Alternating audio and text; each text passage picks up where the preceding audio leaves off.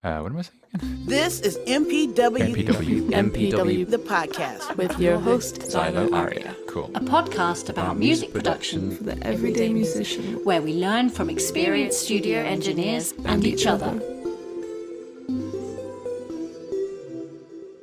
Helen Lyon is a freelance composer for both bespoke and production music, and also an A&R manager for media tracks. Since 2021, she has worked on short films and documentaries, most recently a short film for BBC New Creatives and a feature documentary called Ava, which won Best Documentary and Best Director at the Big Sin Festival 2022. Well, lovely to have you with us, Helen. How are you doing today? I'm good, thank you. Yeah, really good. It's nighttime here for us, so it's 9:20 at night, and it's the morning for you. Okay. Yes, it is the morning for me, and I am hearing that it's freezing over there, so hopefully you are surviving that. Yeah, fine. It's very cold, very icy. Yeah. So I'm keen to get into chatting about publishing libraries with you. But before we jump into the main topic, I would love to hear a little bit more about your career and where did it start for you and how did you get to doing what you are today? Okay, so my journey into production music is slightly slow in my career in that it came much later in my life, I suppose. So I was a teacher first.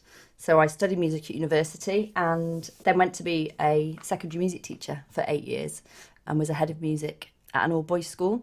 And then in 2016, I had some personal family things happening and teaching just wasn't an option anymore. And I had always wanted to do composing. And I had felt increasingly that teaching, as much as I loved it, wasn't allowing me to be at all creative in any way. The education system was very, very difficult.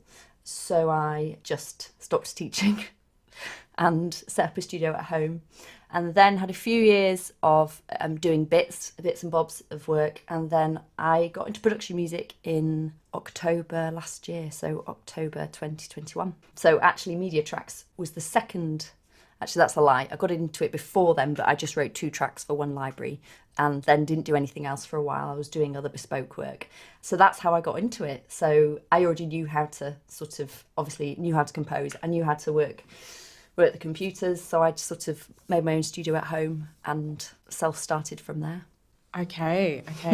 I actually love that you mentioned it came around later in your life for you, because I feel like there's this fear in this industry about age and that, you know, if you're past like 25, you can't do anything creative in the industry. So it's really lovely to hear from you that that's not the case and we can come to it at different points in our life. Yeah, it's not the case at all. And, you know, I'm an advocate for that, particularly women. Very, very difficult, particularly, you know, people want to have a family and have children. I've got 3 children and they came before this career. So in many ways, that's made it a little bit easier because they're here and I don't have to make that decision. So I just have to make it work with them already existing in my life. So, yeah, so I changed careers at 30, but didn't start, I'm 37 now, didn't start writing production music till I was 36. So definitely, and I feel like I'm just getting started, like definitely, you know, no cap on it. You know, you see a lot of composers who become really sort of well known much later in life because I think it takes time to build those contacts and the experience and the work, and I think people should feel encouraged to get into it at any age. Absolutely. Yeah, definitely. Oh, I love that so much, especially being a mum as well. Like, yeah, it's just something in this industry that I think seems to be a challenge. Yes. So if you're doing that already, like, all the more power to you, Helen. I love it. That's great. So can you tell me a random fact about yourself that maybe not that many people in the industry know? I'm a bit worried. I'm a bit boring, to be honest. Random fact. I suppose I like running. Maybe that's a random fact. Ran a half marathon.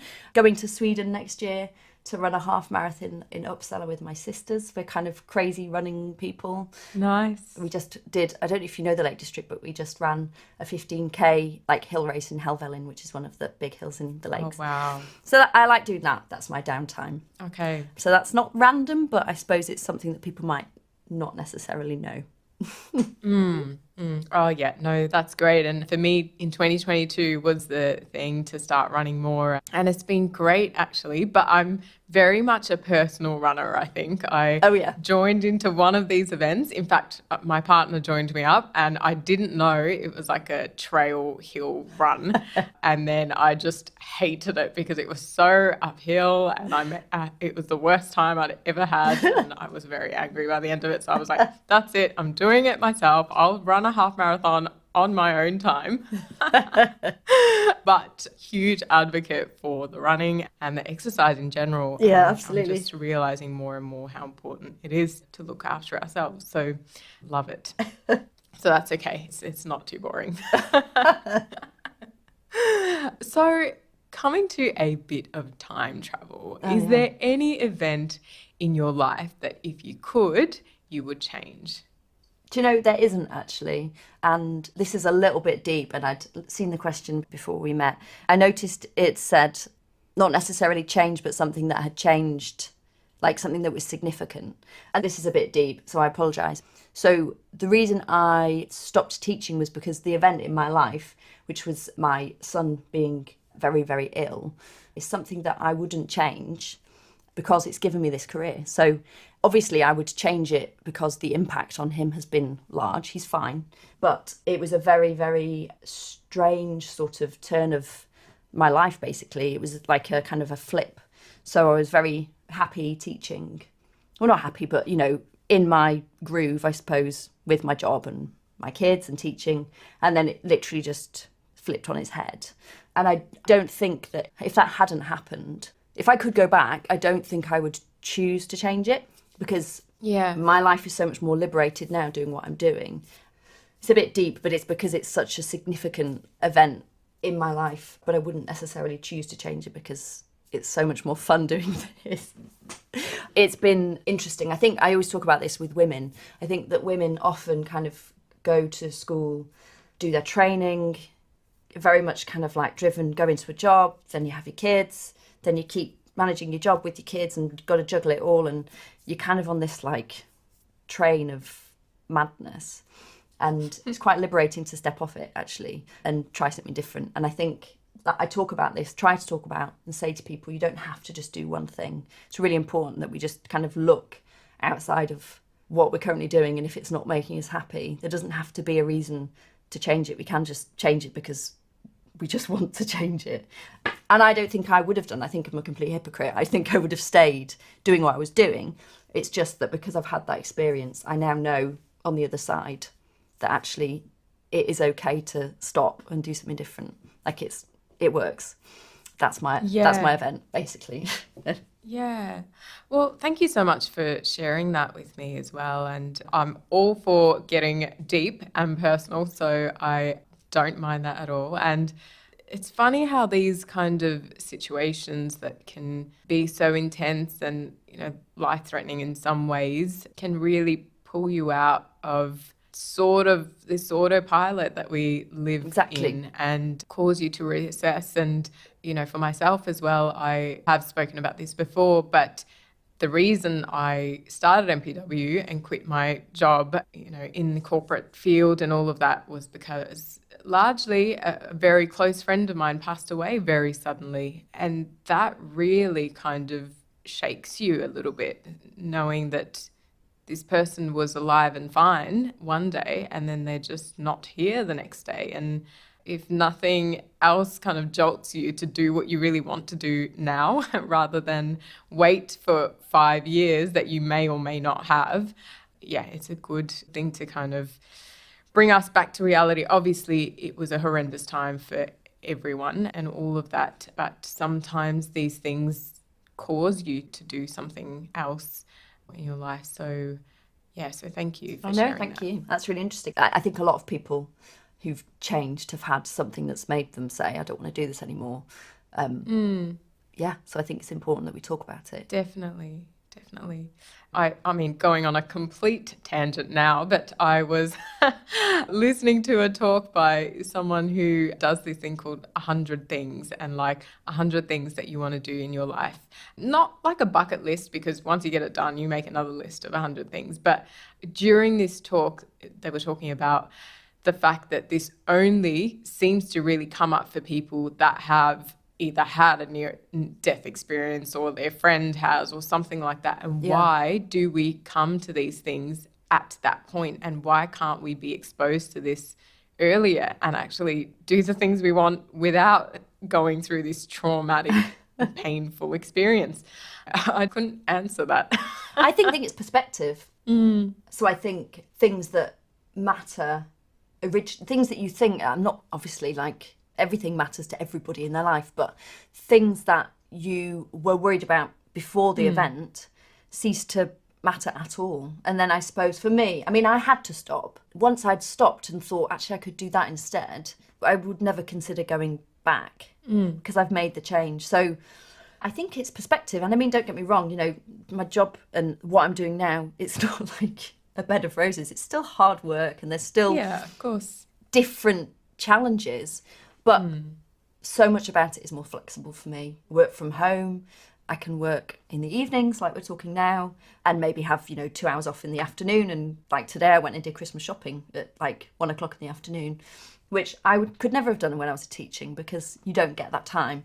So yeah, I think it's just perspective and it's flipped what matters to me. And actually it did weirdly make me think about myself a little bit more and what I wanted to do, and was kind of sitting there thinking, well, I know how to do these things and I'm not actually doing them. Like I have a skill and I'm just not doing it. And this didn't sit, I realised it didn't sit well with me at all, that I was just kind of not wasting, but just like I had a potential to do something different and I wanted to do it. Yeah. And I'm still, not there yet, still learning. Yes, well, it's good to be learning, isn't it? So Yeah, hopefully absolutely. we don't stop until we're dead doing that.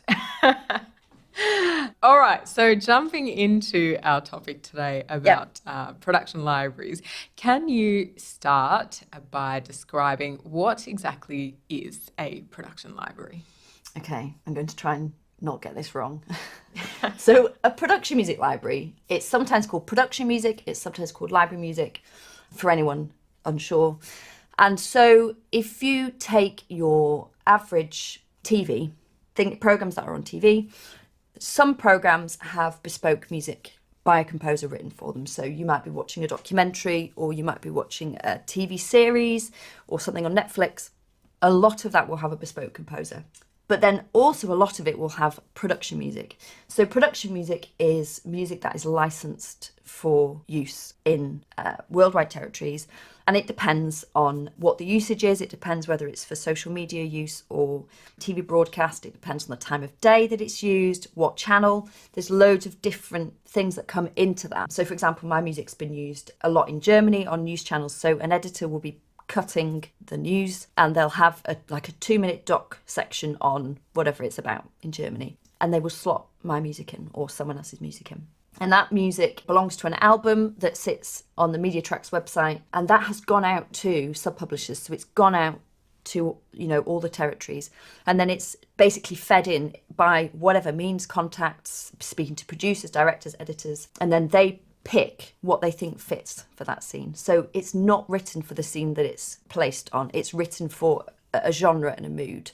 So you might write a epic album and you would expect to see that used on sports promotion, wildlife programs, etc. Or you might write like a hip hop track and you'd expect to see that maybe on Love Island or on one of those sorts of programs. So when you're writing your music and when we're asking for music, there's always a brief or an idea because we've got to know where we would place it.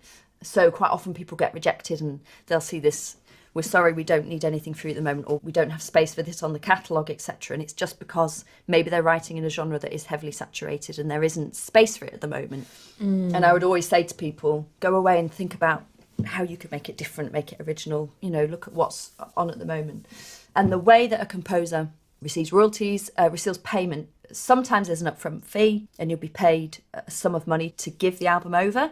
Sometimes you do the work essentially for free and then you give the album. The album belongs to the library, but you retain the moral rights, so you are still acknowledged as the composer. It can be on your website, you can publicise it, you can say, please listen to my work, you can use it as showreel, etc. But any money that's made from that album, 50% goes to the library and 50% comes to the composer. That's how it works with Media Tracks and the vast majority of libraries in the UK.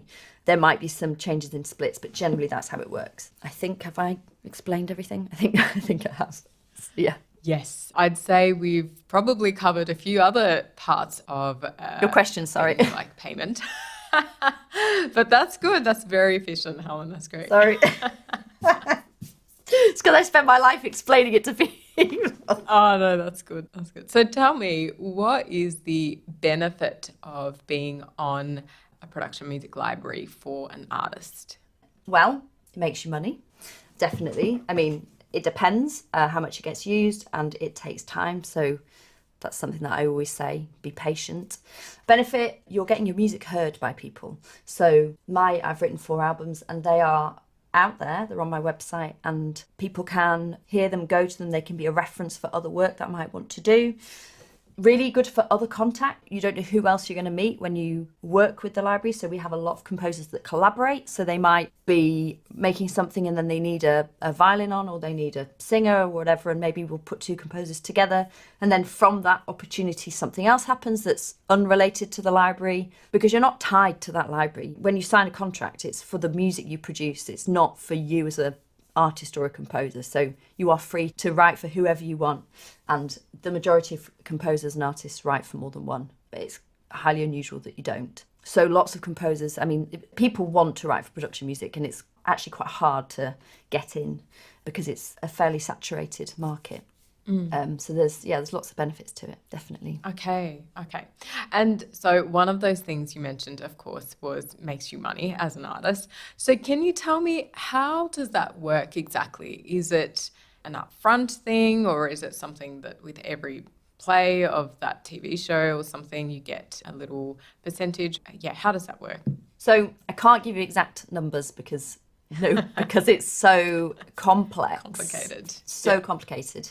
But essentially, in the UK, everywhere, you're a member of a royalty collection society, so PRO. So in the UK, it's PRS, so I'm a member of PRS, and you pay a fee when you join, and then all of the music that we make gets registered on PRS. And there are 2 types of royalties that are collected. There's PRS and MCPS.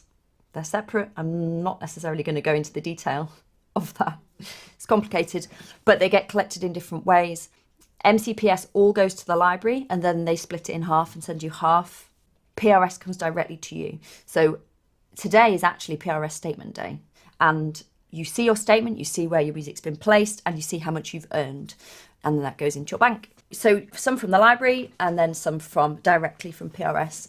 Sometimes there is an upfront fee. So some libraries might say, we'd like you to make this album and we're going to give you £500 to make it and deliver it. And some people have a mixture. They write for libraries where that's not the case, and then they write for libraries where there is the case. But it's not the case that there's a library that always gives upfront fees. I don't think that is the case. I think there are libraries that sometimes give upfront fees, and it depends. I haven't received an upfront fee, and it's fine. I have my own reasons for doing it, and I can see that it's being used and see that it's being placed, and that's great. And when the PRS comes through, it's interesting to see, and I know that will build over time. I always say, don't go into it thinking it's going to be a salary unless you're doing lots of it.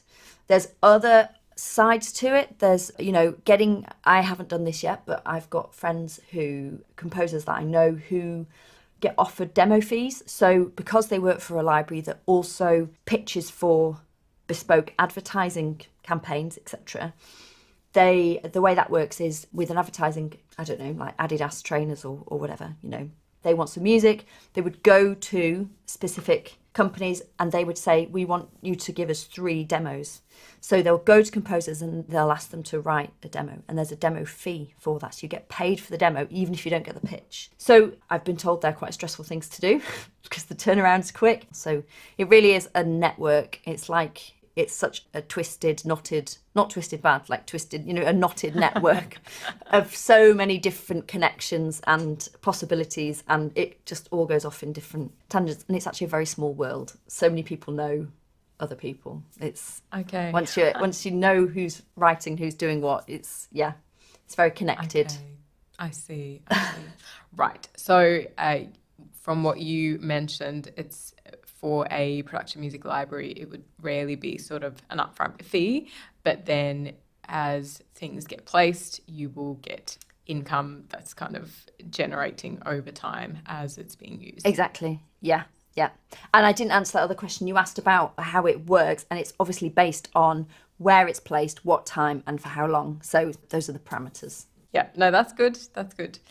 So say you are an artist and you have a catalogue of music that maybe is very tied to your brand as an artist. So I guess you would maybe not want to hand that over to a production music library because then you're not kind of owning those songs anymore. So you might be creating a new set of work for a production music library. So would you recommend maybe for an artist to create an alias or something like that, so that maybe if they're creating music that's not exactly what they would do as an artist, to keep those things separate? Because do they all come up in your artist name, for example, if you're looking on Spotify or something like that? Exactly. So we have ours distributed across the streaming platforms as well. So we have a lot of, well, not a lot, but a few composers and artists who have aliases. So they don't want to be known as the artist, and it's very, very straightforward. I know one composer recently, because we have an artist profile page, so he is on his profile page on our website, it's his name and then his artist name in brackets, because he wants people who come, traffic that comes to our website to know both, because that's really important to him. So I suppose one is his artist performer name and one is his Media Tracks composer name. And I don't think it's just a Media Tracks name. I think he uses it as an alias across the board. And so that, because I'm sure people will know who listen, when you go on Spotify, it will be tagged and then it will go on your artist page. And if you don't want that to happen, you need to create a separate artist page. And you can do that. I think once we've released it and then it's got the alias attached, then you can claim it as yours. So yeah, I would definitely recommend that. I want to keep my identity as Helen Lyon across everything because I'm a composer. I mean, there's this artist and composer word and they both get kind of used. We were talking about this the other day. It's really confusing sometimes because I am an artist, but I'm a composer, whereas some people might think they're just an artist and not a composer, but I think anyone who is an artist is making their product, aren't they? So, yeah. So both names get used, but sometimes artist gets used more for, I suppose, singer, commercial, something you might hear on the radio type music. But it's not just those composers that do it. We have some who, they might not just think their name is very exciting, so they do something different, or people choose to do all sorts of things. We have some who have 7 or 8 different aliases.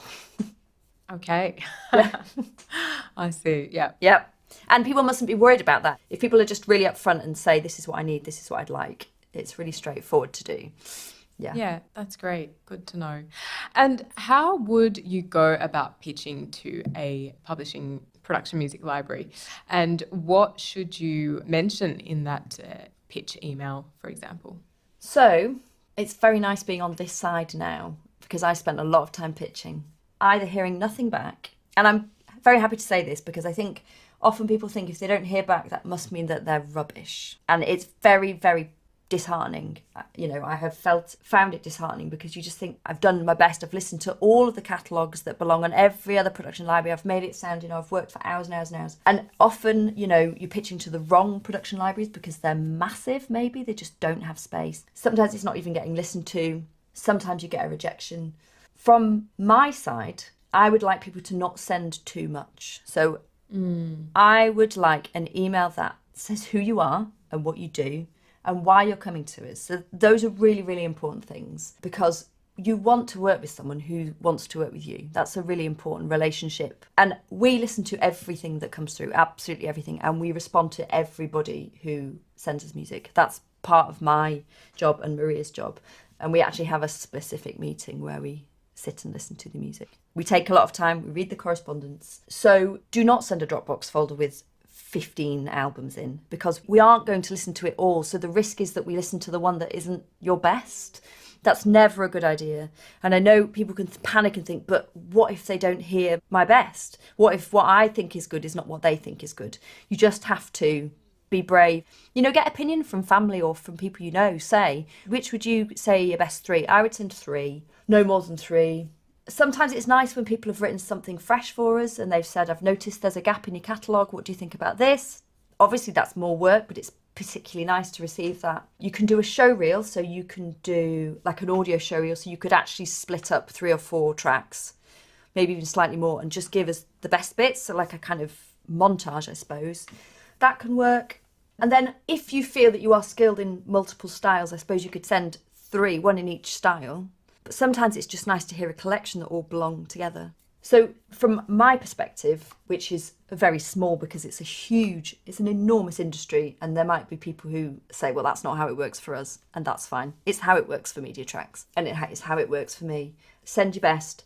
You know, MP3s are fine, but just make sure it's quality. Don't send a demo through. Don't send something that is kind of, I'm just knocking about some ideas. Send something that represents you with the best production skills, because what you don't want is for us to hear it and say, we really like that, but the production's just not, that's going to be too much work to get that up to scratch, because you have to appreciate we've got so many people contacting us who have really excellent production. If you just ensure everything is as good as it can be, basically, that would be my main advice. And just be brave, be brave, that's what I would say. So if you think that's a bit of a risk, send it, because the risks are the ones that we really like. Okay, no, that's good to know. Well, which takes us kind of nicely to the last question on this, on the fact that it is very competitive with this space. And you did give us some tips on, you know, mentioning who you are and why you want to work for that production library and sending sort of 3 tracks in your email. Is there anything else that you would recommend for an artist to increase their chances of being successful in this field? Practice. Just send out to lots, and if it doesn't work, write something different. So I probably spent, I suppose, over like maybe 4 years sending off to production libraries and getting rejected for maybe 4 years, but not for all of that. So for a lot of that, I wasn't bothering because I had other stuff. And then I sort of sat myself down and I was like, right, I'm going to write 3 tracks that all work together, that I use my skills. So I was sending stuff that didn't use I'm a violinist and a singer. So I was sort of thinking, this is silly. I'm trying to sound like somebody else and this is not working. So I decided to sound like me. And that's actually when I got in. So I think people are very tempted to say, I think this sounds just like so-and-so. You think, well, yeah, but we've got that. Or if it sounds like something that is very popular, the chances are lots of people are already writing it. So, you know, take time out, definitely. I would say the main thing is you increase your chances by feeling good about yourself. You know, it really is a bit of a mental battle, I think, because a lot of the negativity is actually self-inflicted, I think. Speaking from, you know, my own experience, but I know that people say, oh, don't take it personally, but actually it's really hard because you've invested a lot of your time. Of course. And if you have made a change and then it's not working and you're thinking, well, when's it going to work? So the best thing you can do is persist and just take care of yourself, look after yourself. Love it. All very good tips there. So now we have our very quick speed quiz. Helen, are you ready? No. You will be fine. Okay, so it's just 5 would you rather questions. Oh, okay. So let's get into it. Would you rather be out of tune or half a beat behind? Oh, Lord. That's horrendous. I think out of tune. Okay. No one's I chosen that before, but can't anyway. bear to be out of time. Would you rather like a genre everyone hates or hate a genre that everyone likes? Oh, hate a genre everyone likes. Definitely. Okay. Yeah. I've done that before. Yeah. Okay, that's good. That's good. Would you rather listen to your least favorite genre for a day non-stop or never listen to your favorite genre for a year? Oh, the first one. 100%. Okay. Yeah. All right. That's good. Would you produce a song with terrible vocals but brilliant lyrics, or a song with amazing vocals but horrible lyrics? Amazing vocals every time. Okay. Would you rather be able to hear a sound or see colours? Hear a sound. Definitely. Lovely. No, that's Oh, good. they're hard. That was quite speedy, Helen. That's good. Almost got caught out a couple of times, but no, great job. So coming to our top tips, could you tell us what is your one top career tip? Oh, I think I've probably already given it. Just to keep going. and sounds really, really, really cheesy, but take time out and keep going and keep writing, and don't ever let anybody tell you that you're not going to be able to do it or you can't do it, or, you know, just don't ever listen to the negative voice that's either inside or outside. If it's upsetting you, take some space, take a week off, whatever it is, and then revisit, because everything always feels better the next day, always. You know, the late night working for me works, but so often, you know, I'll be wrestling with something and it will be awful and I can't even think what to write, and I've just like got nothing in my head, because you get writer's block, you know, it's really, really hard. And I used to sit for hours, and now I just shut it all down and I go to bed, just go away from it. And then the next morning I'll write it in 10 minutes. It just come out of nowhere.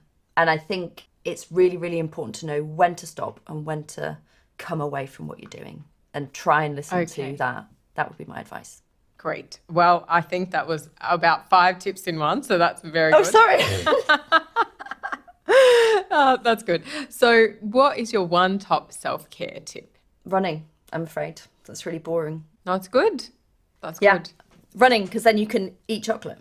And everybody needs chocolate.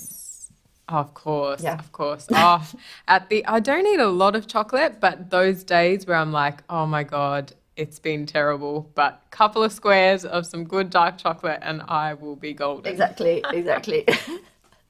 Yeah, so that's great. Love it. What's your one top general life tip? It's a bit deep, my life tip, but that's because I've had deep experiences, and it would just be, just try to not care too much.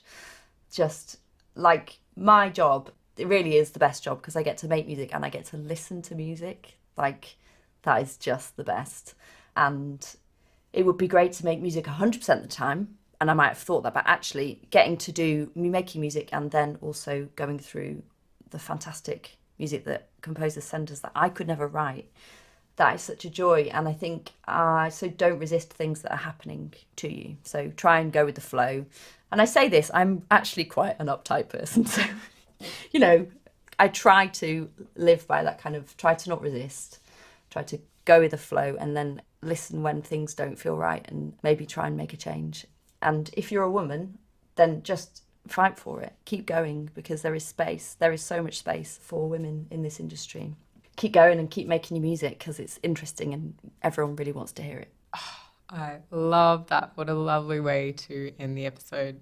Thank you so much, Helen. It's been an absolute pleasure, and I've learned a lot about production music libraries and just a few general things about life. So thank you. Thank you for having me. Thank you. Pleasure. My biggest 3 takeaways from Helen's episode was, firstly, that a career in production music can start at any point in your life, so to not worry if you want to do it, but you're not sure if it's too late for a career change. My second biggest takeaway was, when you are pitching for production music libraries, to let them know who you are, what you do, and why you want to be part of that library specifically. And don't send more than 3 songs, because that can often overwhelm the listeners. My last takeaway was to be true to your style when you're creating music, and don't try to make something that sounds like what is already out there, because often there will be a lot of writers in that style already. That's it from us this week. We look forward to seeing you in 2 weeks and hope you enjoyed the episode.